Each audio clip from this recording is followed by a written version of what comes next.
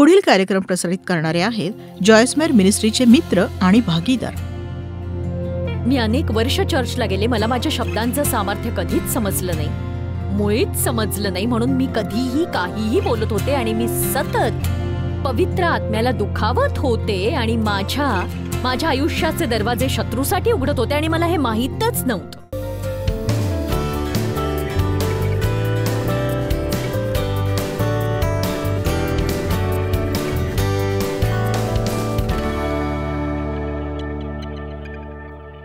बायबलमध्ये पवित्र आत्मा हा एका कबुतरासारखा दाखवण्यात आलाय. आता हाच पक्षी का, कावळा का नाही, गरुड का नाही किंवा इतर कुठला का नाही? कारण हा पक्षी फार मृदू असतो, केवळ सुंदर नाही तर एक कोमल असा पक्षी. पवित्र आत्मा हा फार फार कोमल आहे आणि बायबलमध्ये कबुतरासारखा पक्षी असं म्हटलं गेलंय. आपण थोडक्यात मत्तय अध्याय 3 वचन 16 पाहू. आपण पाहतो की येशूच्या बाप्तिस्म्याच्या वेळी पवित्र आत्मा त्यावर कबुतरासारखा आला.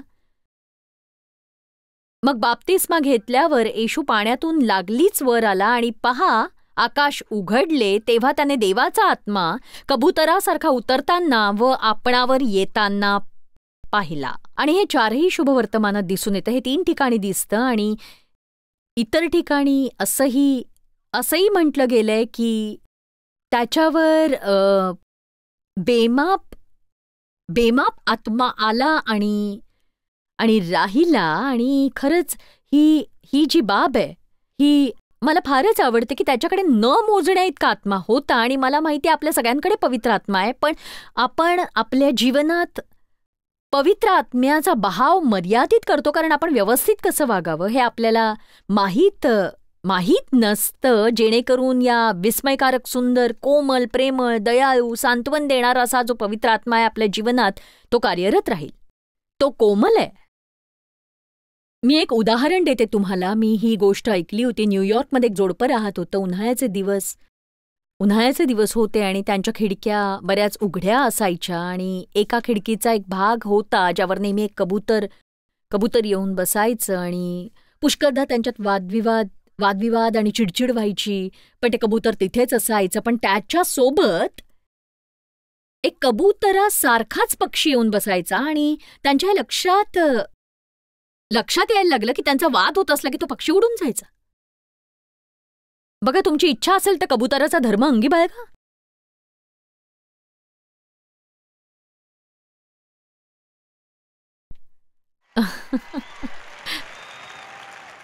आणि बहुधा तुमचा धर्म कबुतरासारखा असू शकेल आणि भांडणं, वादविवाद, कटुतेने भरलेले आणि इतर सगळ्या वाईट प्रकारच्या प्रवृत्तींनी भरलेले तुम्ही चर्चला जात असाल, जणू तुम्हाला कबुतरच बनून राहायचं असेल.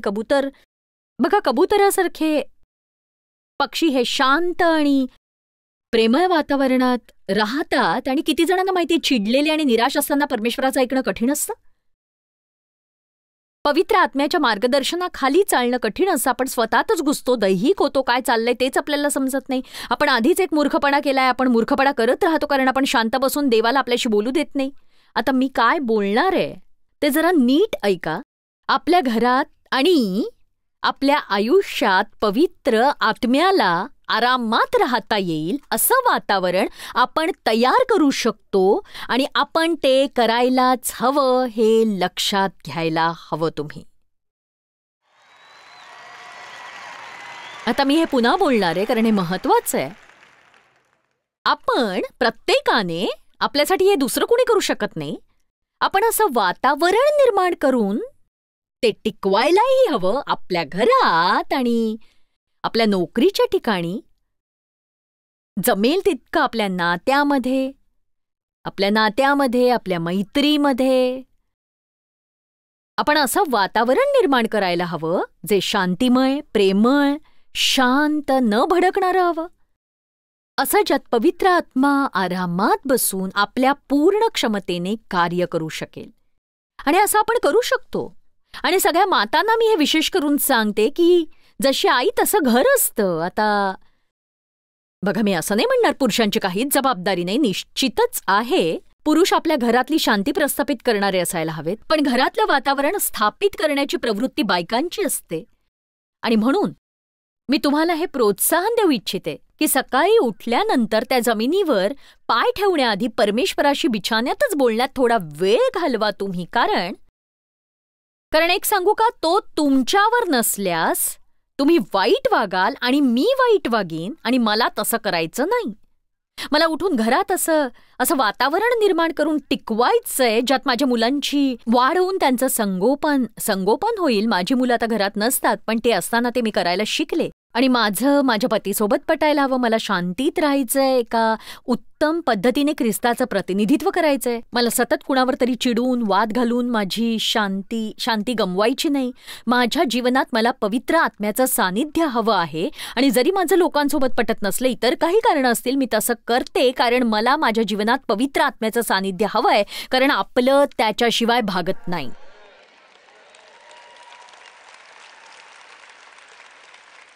खरं सांगायचं तर मला वाटतं की आजकाल आपण पवित्र आत्म्याविषयी फारसं ऐकत नाही. आणि मी हे करण्याचं हेही एक कारण आहे. कालच तुम्हाला सांगितलं, मी 12 वर्ष चर्चला जायचे. मी नियमित होते. मी चर्चच्या कमिटीवर पण होते. डेव त्या चर्चमध्ये एल्डर होता. म्हणजे आमच्यात एक प्रकारची प्रामाणिकता होती. पण मी तुम्हाला माझ्याकडे काय नव्हतं तेच सांगते, तो म्हणजे विजय. तुम्ही विचाराल कशातच कसा विजय नव्हता. बघा, देवाकडे काय मला माहित होतं, माझ्याकडे काय माहित नव्हतं. मला माहित होतं तो सामर्थ्यशाली, पण मी सामर्थ्यशाली असू शकते हे माहित नव्हतं. पवित्र आत्मा कसा आहे माहित होतं, पण हे माहित नव्हतं की तो माझ्यात वास करू इच्छितो आणि माझ्याशी जवळचं नातं साधू इच्छितो. आपत्कालीन परिस्थितीत मी देवाचा धावा केला, पण माझ्या लक्षात आलं नाही मी आपत्कालीन जीवन जगत होते. माझ्या लक्षात आलं नाही माझ्या जीवनात सगळंच आपत्कालीन होतं. मी सगळ्या छोट्या गोष्टी हाताळायचे. मग जेव्हा काहीतरी मोठं समोर यायचं, मी ते परमेश्वराकडे न्यायचं. आणि शेवटी मला समजलं परमेश्वरासाठी सगळं छोटं आहे, म्हणून आपल्या आयुष्यात जे काही चाललंय त्या सगळ्यातच आपण त्याला समाविष्ट करावं. आणि मी पुढे जाण्याआधी मी पुन्हा हे सांगते की पवित्र आत्मा हा अत्यंत मौल्यवान आहे, आपल्यासाठी अत्यंत मौल्यवान आहे. आणि माझ्या आजच्या शिकवणीतून तुमच्या लक्षात येईल की आपण कधीकधी ज्या पद्धतीने जगतो त्यात पवित्र आत्मा हा नसतोच. जेव्हा मी म्हणते की तो जात नाही, तो आपल्यासोबत राहतो, पण आपण त्याला आपल्या जीवनात प्रकट होऊ द्यायला हवं. आपण त्याला संपूर्ण राज्य द्यायला हवं आणि आपल्यावर पवित्र आत्म्याचा अभिषेक असायला हवा, जो आपल्या जीवनातल्या पवित्र आत्म्याचं सानिध्य आणि सामर्थ्य आहे. विश्वास ठेवा, मी जे करते ते करण्याचा अभिषेक माझ्यावर नसता तर तुम्हाला मी 5 मिनिटंही नको झाले असते. ही अशी गोष्ट नाही जी मी शाळेत जाऊन शिकले किंवा कालांतराने त्याच्यात सुधार करत मी शिकत गेले. मी हे करण्यासाठी अभिषेकित आहे. तुम्ही जे करता ते करण्यासाठी तुम्ही देवाकडून अभिषेकित आहात. आणि जर तुम्ही ते त्या अभिषेकाच्या छायेत अभिषेकासह केलं नाही तर तुम्ही ते फार चांगलं नाही करणार. तुम्हाला जर यशस्वी व्हायचंय, तुम्हाला व्यवसायात यशस्वी होण्याची 12 भागांच्या शृंखलेची खरंच गरज नाही. तुम्ही काय करायला हवं हे दाखवण्यासाठी, तुम्हाला वाट दाखवून मार्गदर्शन करण्यासाठी पवित्र आत्म्याची अधिक गरज आहे. म्हणूनच पवित्र आत्मा हा अत्यंत मौल्यवान आहे आणि आपण त्याच्यासोबत सहभागितेत राहायला हवं, जेणेकरून तो आपल्यासोबत सतत राहील, टिकून राहील. आपल्या जीवनात आत्मा हा बिनमापा एवढा भरपूर राहील. आणि मला केवळ पुरेसं नको, मला लोकांना मदत करायची आहे, मला लोकांना आशीर्वाद द्यायचा आहे, मला माझ्यावरून लक्ष काढायचं आहे आणि माझ्यावरून माझं लक्ष दूरच ठेवायचं आहे. मला प्रीतीत वाटचाल करायची आणि तसं करण्यासाठी मला पवित्र आत्म्याची गरज आहे. सगळ्यांनी म्हणा, मला पवित्र आत्म्याची गरज आहे. ठीक आहे, आपण इफिस्करांस 4 पाहू. बायबल म्हणतं आपण पवित्र आत्म्याला दुखावू शकतो. आणि मला इतकं विचित्र वाटतं, तितकं तुम्हालाही वाटेल. पवित्र आत्म्याला दुखावल्याची कल्पना करा आणि खरं तर मला खात्री आहे आपण कल्पनेपलीकडे पवित्र आत्म्याला दुखावत असतो. इफिस्करास 4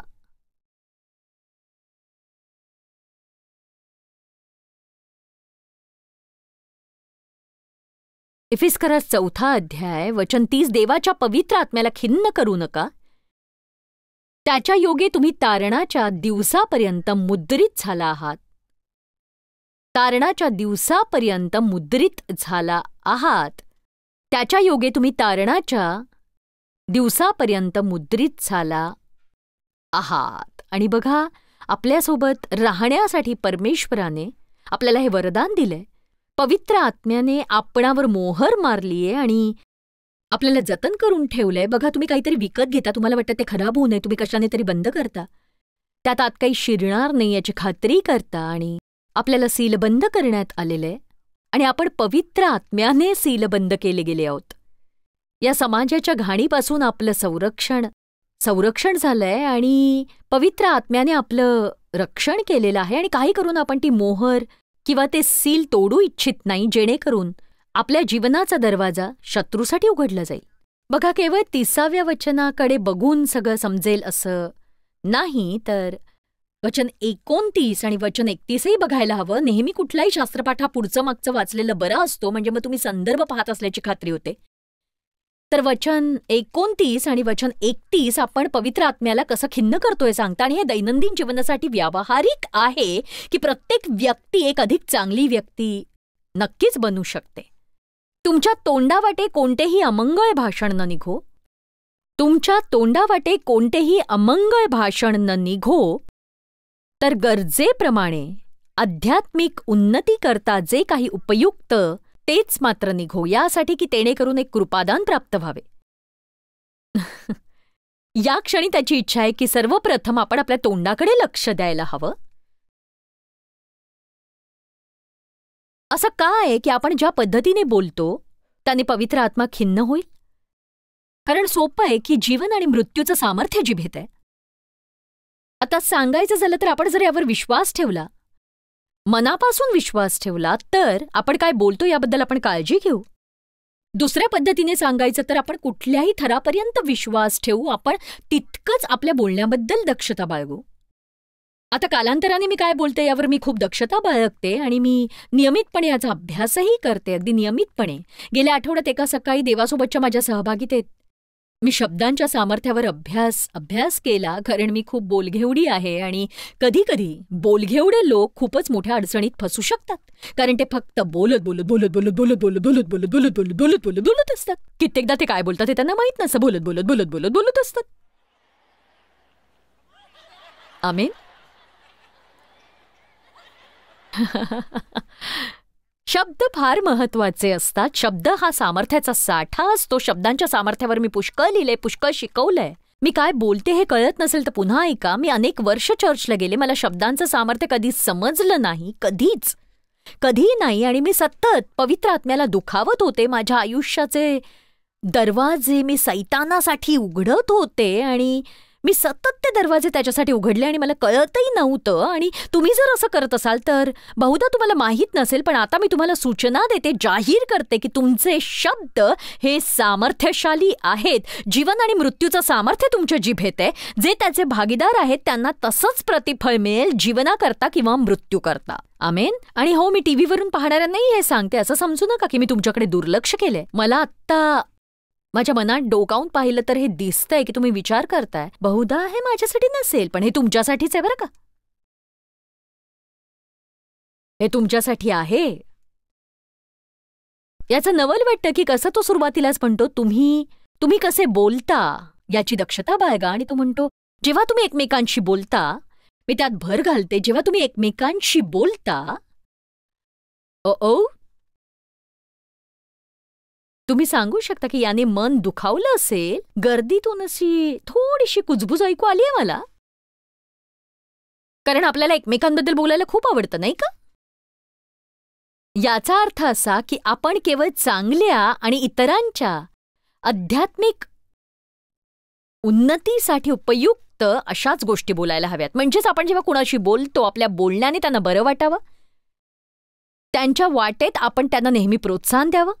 आणि हो, त्यात सुधारणेचाही समावेश आहे, पण सुधारणा योग्य पद्धतीने करायला हवी. ती कठोर होता कामा नये किंवा गर्विष्ठ आणि उद्धटपणाने भरलेली नको, ती योग्य पद्धतीने असावी.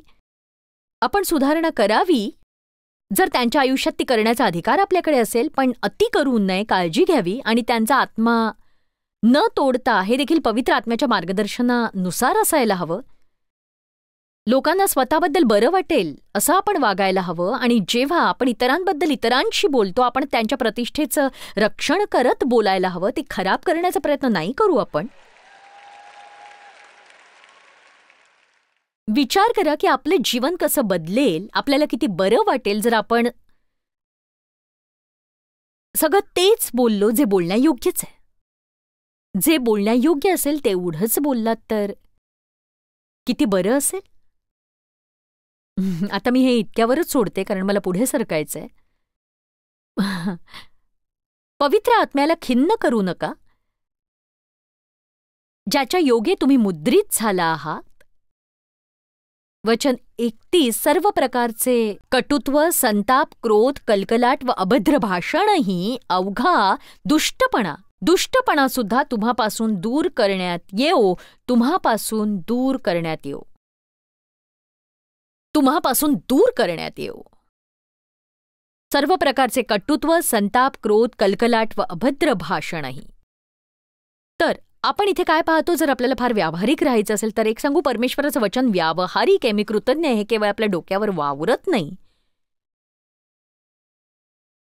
आशा आहे की आज इथून परतल्यावर कोणी विचारलं जॉयसने आज कशावर संदेश दिला, तर निदान तुम्ही ऐकल्याचं काहीतरी त्यांना सांगू शकाल, जे तुम्ही घरी घेऊन जाऊ शकता, तुमच्या जीवनात त्याचा उपयोग करू शकता.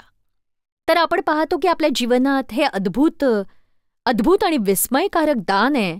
पवित्र आत्म्याचं त्रैक्यातील तिसरी व्यक्ती, परमेश्वर खुद्द आपल्यात वास करतोय. केवळ आपल्या सोबत नाही तर आपल्या आत वास करतोय. आपल्याला मार्गदर्शन करतो, वाट दाखवतो, निकाल लावतो, शिकवतो, मदत करतो, सांत्वन करतो, सल्ला देतो, लागणारं सगळं काही. आणि तो म्हणतो की तुमच्या जीवनातलं हे अनमोल दान तुम्ही कसं हाताळता याची काळजी घ्या. दक्षतापूर्वक जगा.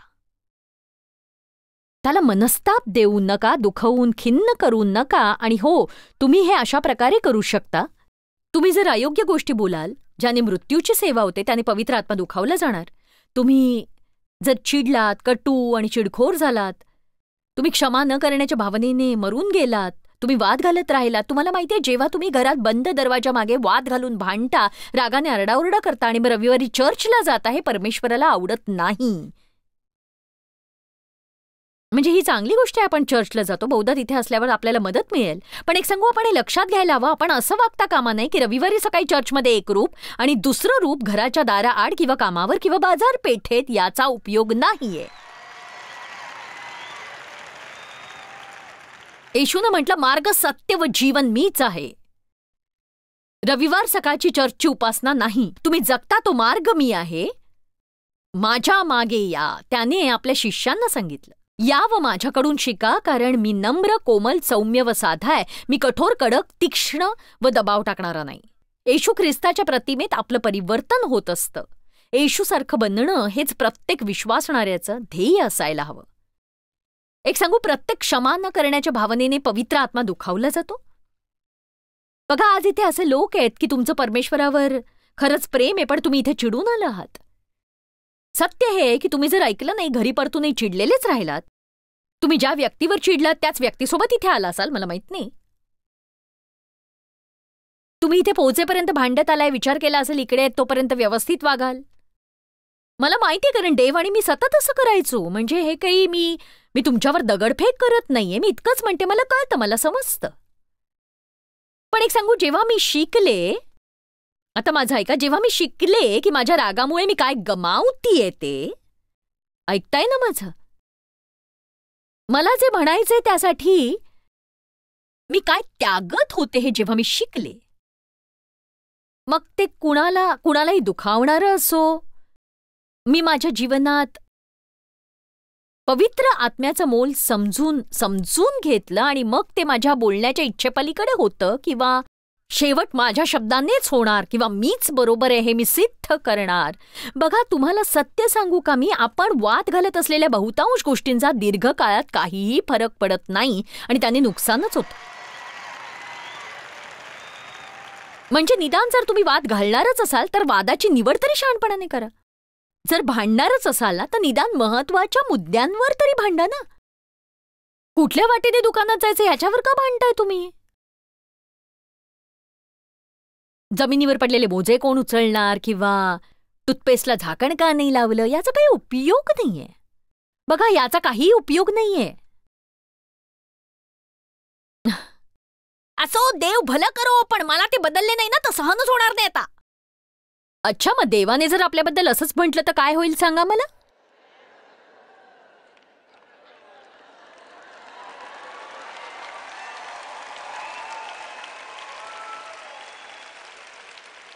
तुमची आई जर तुमच्या बाबतीत असं वागली तर काय होईल.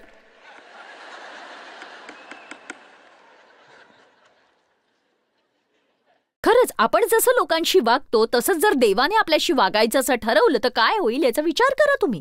मी हे आता आणखी एक दिवसही सहन करणार नाही. तू जर सुधारला नाहीस आणि लवकर सुधारला नाहीस तर इथून चालती होईन. कळतंय का कुणाला मी काय म्हणतेय. थोडं आणखी सहन केलं किंवा थोडं आणखी सहनशील झालो तर काय होईल. कसं होईल जर आपण विश्वास ठेवला लोक बदलतील. काय होईल जर लोकांसाठी आपण प्रार्थना केली, त्यांच्यासमोर एक उत्तम उदाहरण म्हणून राहिलो तर कसं असेल सांगा मला. आपण केवळ गप्प राहून उत्तम उदाहरण बनून राहिलो तर कसं असेल. हे कुणाला उपयोगी पडेल का. सातत्याने फक्त आणि फक्त उत्तम उदाहरण ठरणं. देव आणि माझं लग्न झालं तेव्हा मी भयानक होते. मी विचित्र होते. मी दुखावले गेले होते. मी जखमी होते. माझा आत्मा गोंधळात होता. कुणासोबत नात्यात कसं राहावं हे मला माहीत नव्हतं. आणि तो एक परिपक्व विश्वासणारा होता. आणि परिपक्व विश्वासणारे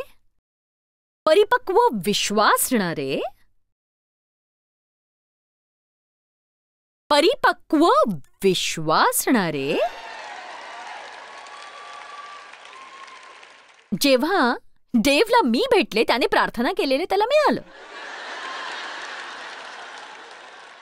कारण त्याला लग्न करायचं होतं आणि त्याने परमेश्वराकडे पत्नीसाठी प्रार्थना केली आणि तो म्हणाला, देवा असं कोणी असू दे जिला मदतीची गरज आहे.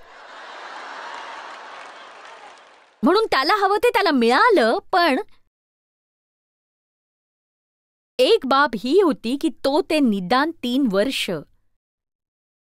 वर्ष सहन करायला तयार होता. 3 दिवस नाही, 3 आठवडे नाही, 3 वर्ष माझ्यासमोर देव प्रीती, स्थिरता आणि शांतीचं अट्टल असं उदाहरण होता ज्याच्याकडे मी बघत होते.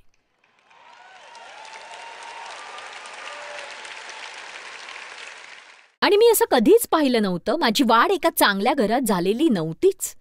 मला कधी शांती म्हणजे काय हे माहीत नव्हतं आणि मला प्रेम म्हणजे काय हेही माहीत नव्हतं मला.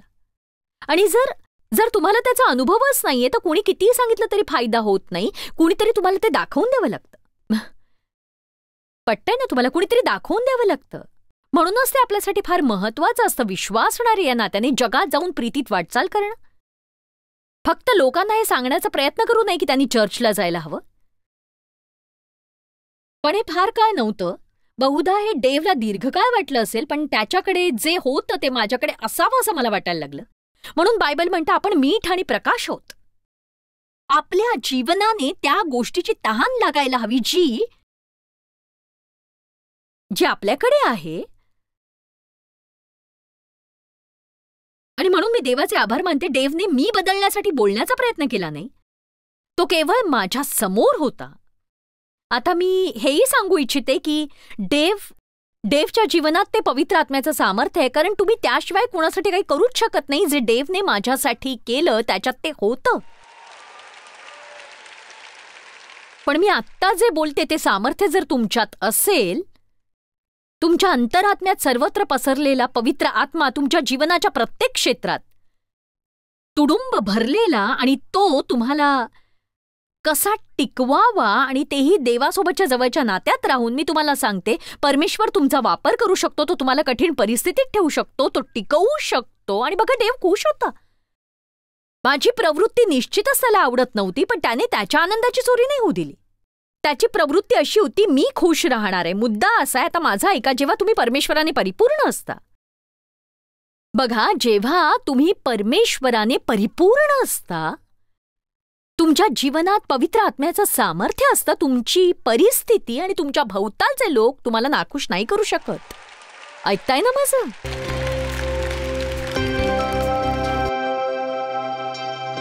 एक सांगू, बायबल म्हणतं की आपण पवित्र आत्म्याला खिन्न करू शकतो.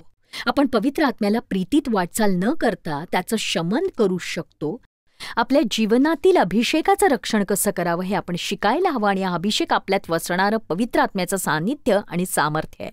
आपण भांडणात कसं जगू नये हे शिकायला हवं, क्षमा करण्यास तत्पर, राग न धरणं, काय बोलतो याची काळजी बाळगणं इत्यादी. आणि मी देवाचे आभार मानते, तो सतत आपल्याला हे शिकवत असतो. आणि हे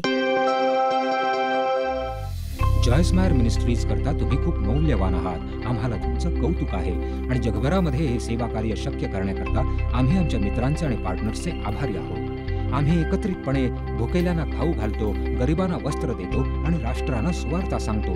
तुमच्या प्रार्थनेच्या विनंती करता आमच्याविषयी आणखी माहिती मिळवा. जॉयसच्या कॉन्फरन्सच्या तारखा पहा आणि ख्रिस्ताची प्रीती जगभरामध्ये पसरवण्याकरता आमचे सहभागी व्हा.